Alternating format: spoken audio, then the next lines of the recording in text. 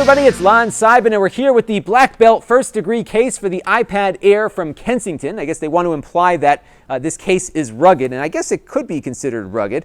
So this is it here. There's a big rubber piece and a plastic piece that gets inserted inside here, and there's a little bit of a groove to line up everything. Might be hard to see on camera here due to how red the case is, but it has like a little groove it slides into. And then once you have the plastic piece inserted, you take your iPad Air and you stick it in here as well and kind of wrap the little side lip around it here to get it situated properly. So not too hard to get it in because the rubber does stretch very nicely to get everything situated. However, I have noticed that it tends to shed little pieces of rubber off, and you can see there's two of them here already.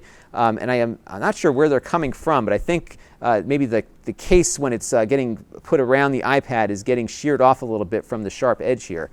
So that was something I noticed. The other thing I noticed is that it's not very tight at the corners, so it's possible to still have your iPad get damaged, especially in these weak points here on the side, because the case just kind of flops out. Even when you're holding it, it doesn't really have a very comfortable feel to it. It also adds a lot of weight to the iPad as well, so that's a concern. But what it does do nicely, and I didn't really test it too heavily, of course, because I don't want to break my iPad, but it's got a pretty nice bounce to it on the corners, which is really where you would damage the iPad the most if it fell. If it lands on one of its corners, that tends to be where the damage is done, and there's a lot of structure of material there to keep it from falling apart on you. You have access to all your ports here.